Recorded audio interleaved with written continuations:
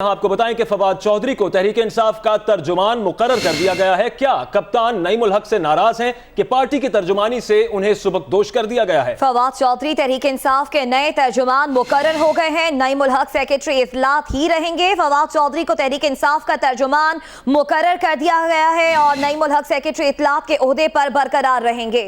नईम उल हक फवाद चौधरी एक साथ पार्टी का महकमा इत्तलात चलाएंगे। मरकजी सेक्रेटरी इत्तलात नईम उल हक ही रहेंगे, जबकि फवाद चौधरी को भी तर्जुमान मुकर्रर कर दिया गया है तहरीक इंसाफ का। जहांगीर तरीन कहते हैं कि पार्टी की तर्जुमानी से सुबकदोश कर दिया गया है नईम उल हक को और अब फवाद चौधरी को तहरीक इंसाफ का तर्जुमान मुकर्रर कर दिया गया, जबकि नईम उल हक सेक्रेटरी इत्तलात के ओहदे पर बरकरार रहेंगे। नईम उल हक फवाद चौधरी एक साथ पार्टी का महकमा इत्तलात चलाएंगे और फवाद चौधरी की नामजदगी में इमरान खान और नईम उल हक की रजामंदी शामिल है। यहाँ पर सवालात उठना शुरू हो गए हैं कि क्या कप्तान नईम उल हक से नाराज हैं कि पार्टी की तर्जुमानी से उनको सुबकदोश कर दिया गया है? फवाद चौधरी को तहरीक इंसाफ का नया तर्जुमान मुकर्रर कर दिया गया है, जबकि नईम उल हक भी सेक्रेटरी इत्तलात ही रहेंगे। जहांगीर तरीन का यह बताना है कि फवाद चौधरी को तहरीक इंसाफ का तर्जुमान मुकर्रर कर दिया गया है और यही कहना है नईम उल हक का कि पोजीशन में फर्क नहीं आया है जब वो 24 न्यूज से गुफ्तगू कर रहे थे और अब पार्टी की तर्जुमानी से सुबकदोश कर दिया गया है नईम उल हक को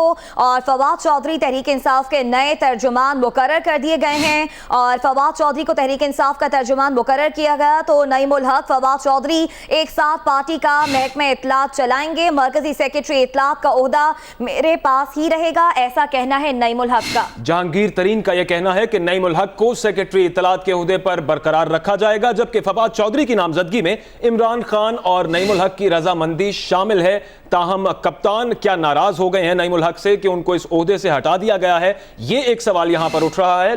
इस हवाले से आपको बताते चलें कि फवाद चौधरी तहरीक इंसाफ के नए तर्जुमान मुकर्रर कर दिए गए हैं और नईम उल हक भी सेक्रेटरी इत्तलात के ओहदे पर ही फाइज रहेंगे। नईम उल हक कहते हैं कि मरकजी सेक्रेटरी इत्तलात का ओहदा उनके पास ही रहेगा और जहांगीर तरीन ने भी कहा कि नईम उल हक और फवाद चौधरी एक साथ महकमा इत्तलात चलाएंगे, जबकि खबर यह है कि पार्टी की तर्जुमानी से सुबकदोश कर दिया गया है नईम उल हक को और फवाद चौधरी तहरीक इंसाफ के नए तर्जुमान मुकर्रर कर दिए गए हैं, जबकि नईम उल हक सेक्रेटरी इत्तलात ही रहेंगे। और 24 न्यूज से गुफ्तगू करते हुए नईम उल हक का यही कहना था कि पोजीशन में कोई फर्क नहीं आया है। नईम उल हक फवाद चौधरी एक साथ पार्टी का महकमा इत्तलात चलाएंगे। फवाद चौधरी की नामजदगी में इमरान खान और नईम उल हक की रजामंदी शामिल है। नईम उल हक भी कहते हैं मरकजी सेक्रेटरी इत्तलात का ओहदा मेरे पास ही रहेगा और अब नईम उल हक और फवाद चौधरी एक साथ महकमा इत्तलात चलाएंगे।